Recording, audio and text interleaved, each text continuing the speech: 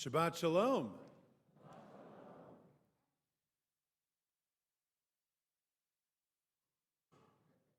There's a line in the Torah reading for this morning that when I read the Parsha at the beginning of the week thinking, what are we going to talk about here today? A line jumped out at me and haven't been able to get it out of my head all week. So I figured we should probably talk about it. It happens at the beginning of the Parsha, after the whateverth time that Pharaoh has kicked Moses and Aaron out of his office and said, get out of here, I won't let the people go. But this time, the Avdei Pharaoh, the servants of Pharaoh, turn to Pharaoh and they say to him, what are you doing? How long are you going to let this happen? They say to him, Haterem Teda ki avda Mitzrayim. Haterem Teda means something like, don't you know already, ki avde Mitzrayim, that Egypt is destroyed. And the line stuck out to me, first because however many times I've read this, I forgot that there's a moment where Pharaoh's own people turn on him and say, hey, you should probably stop this. And second, because of this last piece, ki haterem teda ki avda Mitzrayim, they say to him, to Pharaoh, don't you know that Egypt is lost? And the commentaries here are a little unclear on what exactly this line means. So Rashi sees it as a warning. Haterem Teda, he says, means it's not yet happening, but it will. Right? You got to let this guy Moses and these Israelites go, or else Mitzrayim Avda, or else Egypt will be destroyed. Chizkuni, another commentary, reads it almost as he says, B'tmiyah, it's a question, it's done in wonder, almost as if to say, is it possible that you don't know that your actions have caused the destruction of Egypt? And finally, Rashi's grandson, Rashbam, reads it poignantly as, Ki avda Mitzrayim, Egypt is already gone. Why are you still struggling with this guy Moses? The last plagues have already destroyed everything that we have here.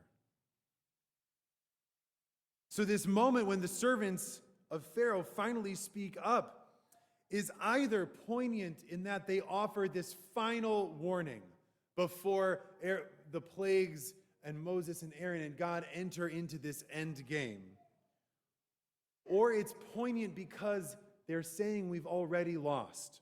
It's too late. Why are we still fighting at all?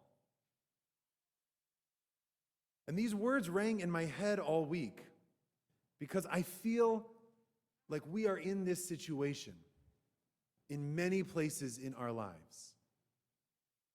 We look around and we see crisis after crisis after crisis, issues spanning the gamut, economic, political, environmental, Zionist. Problems abound. And I worry that there is a feeling, I know this anecdotally in speaking to others, and we see this in polls and surveys. There's a feeling that we've already lost. Often conversations with friends, there used to be the COVID pause. You're talking to them, how's things going? And then everyone would pause and say, well, except that everything's terrible. And now I feel like it's the news feed pause. Talking to friends, how are things going? Well, this is fine, our kids at school or that or something, and, the world seems terrible. Everything's going wrong, everywhere. And in this moment, we don't see a confidence in the bright future. I spoke about this a little bit over Rosh Hashanah, looking at fiction, especially futuristic science fiction. It's almost entirely dystopic. No one imagines a world where we figured it all out and everything's great and we're just hanging out among the stars. And I worry of what that does. Because in Pharaoh's case, when Pharaoh won't listen to his courtiers, what does Pharaoh do? He hardens his heart. He hardens his heart, he clings to what he thinks there is, and he brings about the destruction that he's worried of. Now, about a year ago, there was an article by Elizabeth Weil, writing about the wildfires in California, and she talks about this disconnect between the actions of humanity, especially those in areas of power, and the reality of the situation. She says that people are governing for a world that we wished we lived in, a place that we might even believe we still inhabit, but that world is gone. Ki avda Mitzrayim. We've already lost. And the same can be true of so many things that we look out and we wonder if we've already lost. This is what's called, a professor at Columbia, Adam Tooze, calls the polycrisis. Seeing so many crises in the world which compound one another. And the problem with this is if you see one crisis in the world, you can look out and think, well, there's one solution, even if it might be a radical one. But to see so many issues happening all at once, there's a greater tendency to throw up our hands and cry, this is the end of the world. And so again, faced with this chaos, we are offered two solutions. One is the solution of Pharaoh. We can harden our hearts, not let anything in, try to stay as strong as we can, and hope that things will go back to a world that may or may not still exist. Or we can find a way to move forward with open hearts, open-eyed, knowing that the world around us is fundamentally changing and will continue to change as we go out into it. And through this chaos, at the end of our parsha, God gives us something to lead the people through. And it's actually something that has taken our people through chaos for millennia. The last thing we get at the end of the parsha, before we continue with the song of the sea and the joy of getting out and all of that, there's one thing God sneaks in, the Passover Seder. And this moment of creating this ritual is our people's way of dealing with chaos. It is literally meant to be this enclave of community that happens while the wolves are raging at the gate, while the angel of death is traipsing around. We go inside and we do this ritual, and this ritual protects us. How does this ritual protect us? Because the ritual of the Passover Seder, to be sure, but really all the rituals that we have, is meant to help us lead ourselves, live through periods of chaos and crisis. Because when the world is changing, once we agree, we can't cling to something that may or may not have existed in the past and just hope that it'll come back somehow. We can't do that. We have to prepare for the future. But we don't want to leave the past behind entirely.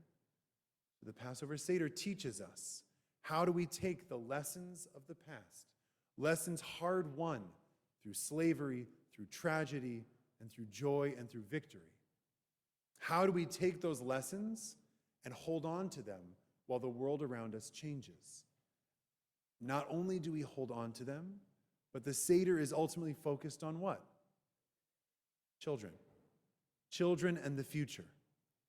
This is our way of leading through a polycrisis. Whatever it is, whatever the problems in the world are, we hold on to the things that we can, the things that are good, and we allow the rest to change. And we focus on bringing the lessons that we would bring to our children and to the future. And the Seder itself changes in the different lands that we've found ourselves. It changes with different values that we have. It changes a little bit here and there. The lessons mostly stay the same. The lessons that our people have brought out.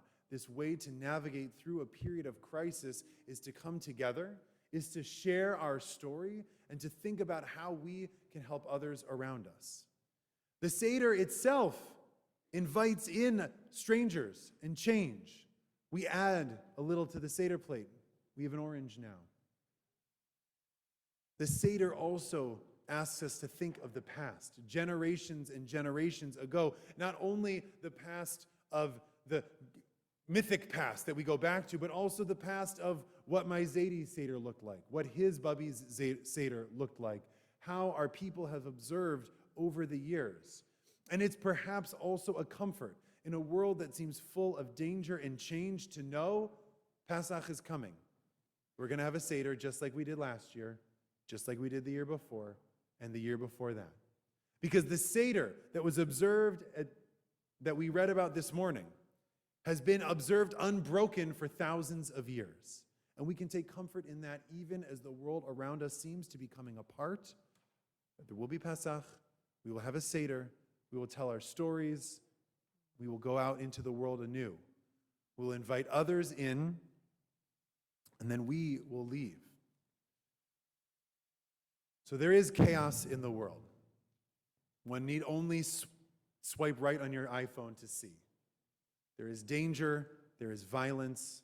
All too often, our people are the focus of that danger and hatred. But there will be Pesach, there will be Seders. Who better but us to help lead others through this period of tradition and change? Those of us who know, who have built into the DNA of what it means to be rabbinic Jews, to weather moments of chaos and change, to take the good that we can hold on to and to bring it out into the world and help adapt. That's what we're here to do. That is the secret to rabbinic Judaism that has kept us for millennia. We know how to hold on to our traditions. We know how to hold on to one another. And we know how to change and move into a new world. Because we can't harden our hearts and pretend like the world is not changing.